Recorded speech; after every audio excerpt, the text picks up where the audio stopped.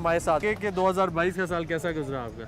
अरे मेरे बच्चे मुश्किलों से ही गिरे हुए हैं, मुश्किलों से ही। क्या मुल्क के हालात, क्या हमारे हालात, और मेरे बच्चे दिन ब दिन गिर ही रहे हैं। अच्छा, तो 2023 से क्या तवक्कुआत रखते हैं आप? कैसा रहे साल, क्या हो सकता है, कैसे बेहतरी आ सकती और है? मेरे बच्चे, अल्लाह तुम्हें ज़िंदगी दे, तुम सबको मौला सलामत रखे। आमीन। बेहतरी तो इससे होगी ना जब मुल्क बेहतर होगा।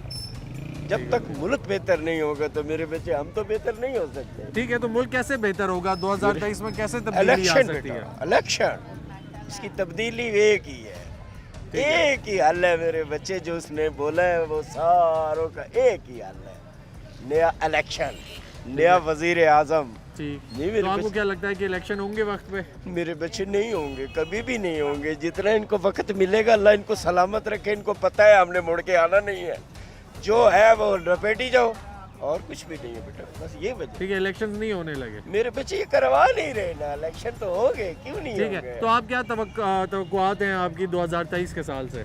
प्यारे बच्चे, अगर तो ये मुल्क में बेहतरी आ गई तो हम बेहतर हैं, नहीं तो बच्चे इससे भी ख्वार है, ठीक इससे हो भी ख्वारी है बेटे।